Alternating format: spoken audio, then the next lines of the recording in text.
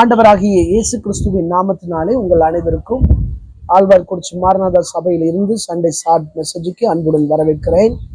இந்த நாளிலும் கர்த்தருடைய ஜனத்துக்கு பகிர்ந்தளிக்கப்பட்ட கர்த்தரின் வார்த்தையை காலை மன்னா நேயர்களுக்காக சுருக்கமாக பதிவு செய்கிறேன். தேவன் உங்களை ஆசீர்வதிப்பாராக. கேளுங்கள். மார்க் எழுதின சுவிசேஷம் 7ஆம் அதிகாரம் 34ஆம் வசனத்தில் சொல்லப்பட்டிருக்கிறது. வானத்தை அனார்ந்து பார்த்து பெருமூச்சு விட்டு எப்பத்தா என்றார், அதற்கு திறக்கப்படுவாயாக என்று அர்த்தமாம். இயேசு பேசின மொழி அரமிக் மொழி. இந்த மொழியில தான் எப்பத்தா என்று சொல்கிறார். அதுக்கு அர்த்தம் என்னன்னா திறக்கப்படுவாயாக.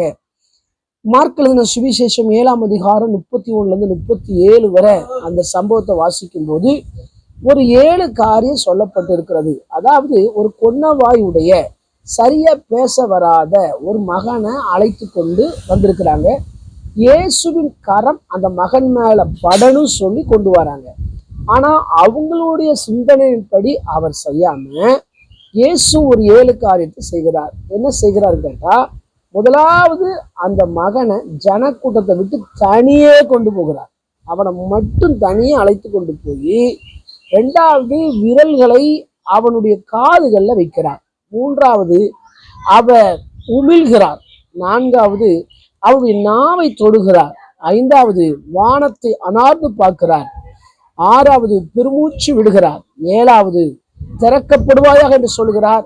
அவருடைய காதுகள் திறக்கப்படுகிறது. இயேசு எப்பொழுதுமே வானத்தை அனார்ந்து பார்க்கும்போது தன்னை விட ஒரு பிதா இருக்கிறார் என்பதே ஜனங்களுக்கு சொல்லி கொடுத்தார். அவர் வானத்தை அனார்ந்து பார்த்தால் அநேக அற்புதங்கள் நடக்கும். பெருமூச்சு விடுகிறார். எப்பத்தா என்று சொல்லுகிறார், அதுக்கு திறக்கப்படுவாயாக. அவனுடைய காதுகள் திறக்கப்படுகிறது. இந்த காது திறக்கப்பட்டவன் முதலாவது இயேசுவினுடைய வார்த்தையை கேட்பதற்காக ஒரு பாக்கியம் பெற்றான். அவனுடைய நாவின் கட்டுகள் அவிழ்க்கப்படுகிறது. அவன் செவ்வையாய் பேசுகிறான் என்று சொல்லி மார்க் எழுதின சுவிசேஷம் 7ஆம் அதிகாரம் 35வது வசனத்துல வாசிக்கிறோம். ஏசாயா 35:5-6 அங்க இதுக்கு தீர்க்க தரிசனமாக சொல்லப்பட்டிருக்கிறது. இவனுக்கு சொல்லப்பட்ட அந்த சரீர பிரகாரமான வியாதி மாறுகிறது. அந்த கேட்க முடியாத தன்மை மாறுகிறது. பேச முடியாத தன்மை மாறுகிறது. இன்றைக்கும் சரீர ரீதியாய் சில பிரச்சனையோடு நீங்க இருக்கலாம். அதற்கு ஆண்டவர் எப்பத்தா என்று சொல்லுவார். நிச்சயமா உங்க வாழ்க்கையில கர்த்தர் அற்புதங்களை செய்வார்.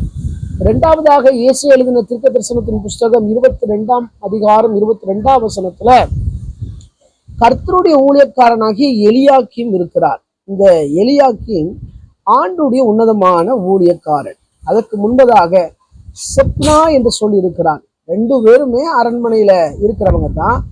ஆனா அந்த செப்னா யார் என்று சொன்னால், இவன் ஒரு விசாரிப்புக்காரன், பொக்கிஷக்காரன். அரண்மனையில ஒரு முக்கியமான உயர் பதவியில இருக்கிறான். எப்படி அரசாங்கத்துல வேலையில் இருக்கான்னா இவனும் ஒரு அரசாங்கத்துல வேலையில் இருக்கிறான். ஆனா இவனுடைய பொறுப்புல இவன் உண்மை இல்லை. ஆகவே உண்மையா இருந்த எலியாக்கீமுக்கு அந்த பதவியை எல்லாத்தையும் வாங்கி அவனை சாதாரண மனுஷனாக்கி எலியாக்கீமுக்கு கொடுக்கப்படுகிறது. செப்னாவுக்கு வழியை அடைக்கிறார், எலியாக்கீமுக்கு வழியை திறக்கிறார். ஆண்டவர் நினைத்தா ஒருத்தன்றிருந்து வாங்கி அடுத்தவன்கிட்ட கொடுத்துருவார். யார்கிட்ட இருந்து வாங்குவார் கேட்டா, பதவியை வேலைகள்ல நம்ம உண்மை இல்லைன்னா அதை வாங்கிடுவார். வாங்கி அடுத்தவனுக்கு கொடுத்துருவார். எனவே ஆண்டவர் நமக்கு கொடுக்கப்பட்ட வேலைகள்ல ஊழியங்கள்ல எல்லாவற்றிலும் உண்மையா இருக்கணும்.